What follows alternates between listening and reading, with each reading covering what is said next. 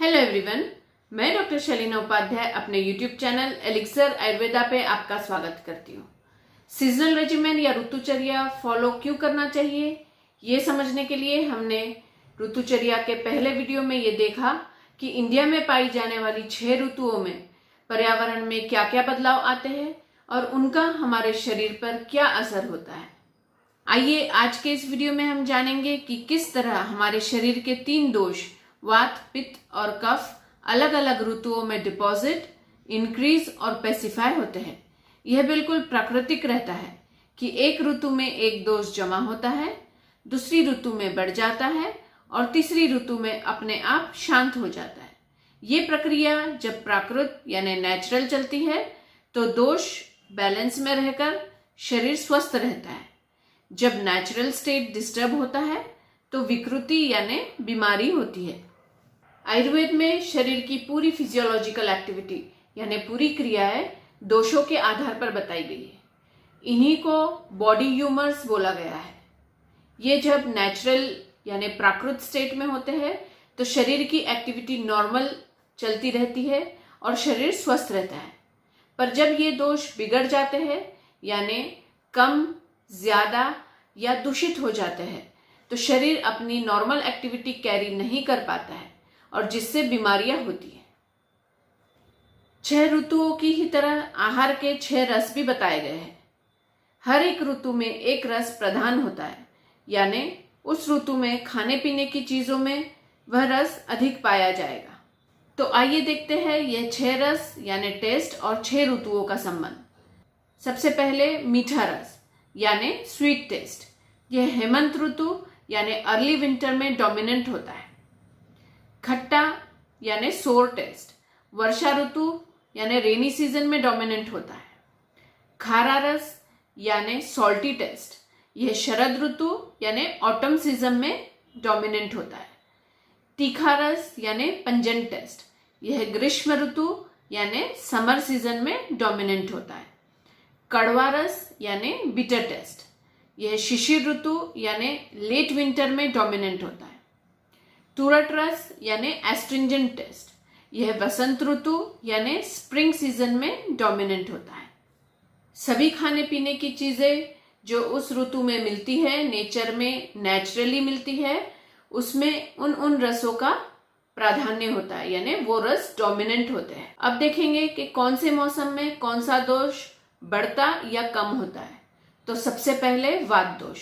गर्मी के मौसम में शरीर की ताकत और पाचन शक्ति दोनों कमजोर रहती है। पसीने द्वारा शरीर से पानी कम होता है। पूरे वातावरण में और खाने की चीजों में सूखापन और हल्कापन होता है। सूखापन और हल्कापन आने से वात दोष जमा होने लगता है। पर यह वात दोष गर्मी में सिर्फ डिपॉजिट होने वाली स्टेज पे होता है।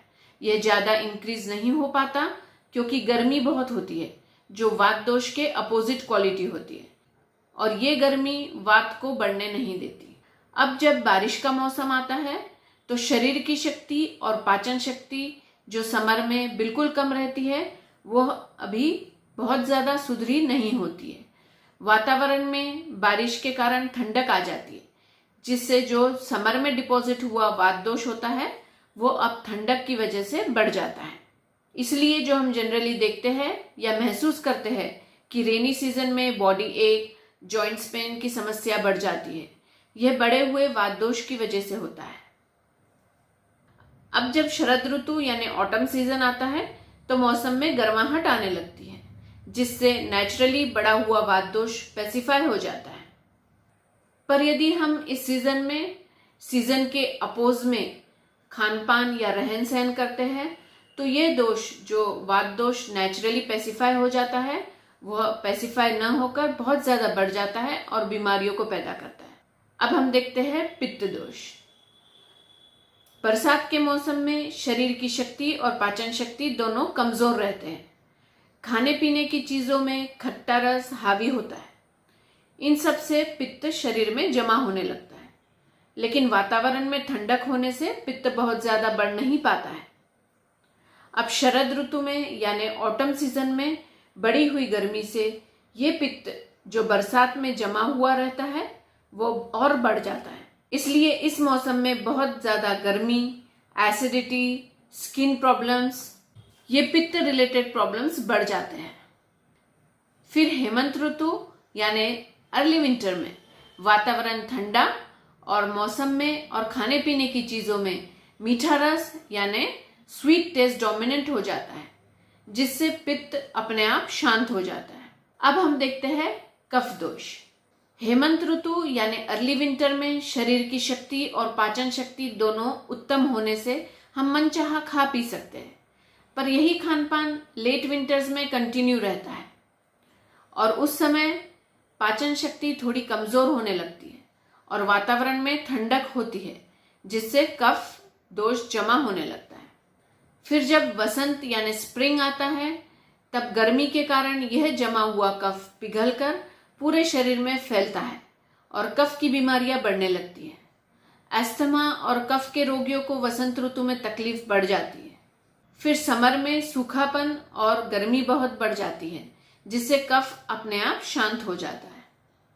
तो जब हम मौसम के हिसाब से खान पान और रहन सहन करेंगे तो ये दोष नेचुरली ही पेसिफाई हो जाएंगे, लेकिन ऐसा नहीं करने से ये दोष बहुत ज़्यादा बढ़कर पूरे शरीर में फैलकर बीमारी पैदा करते हैं।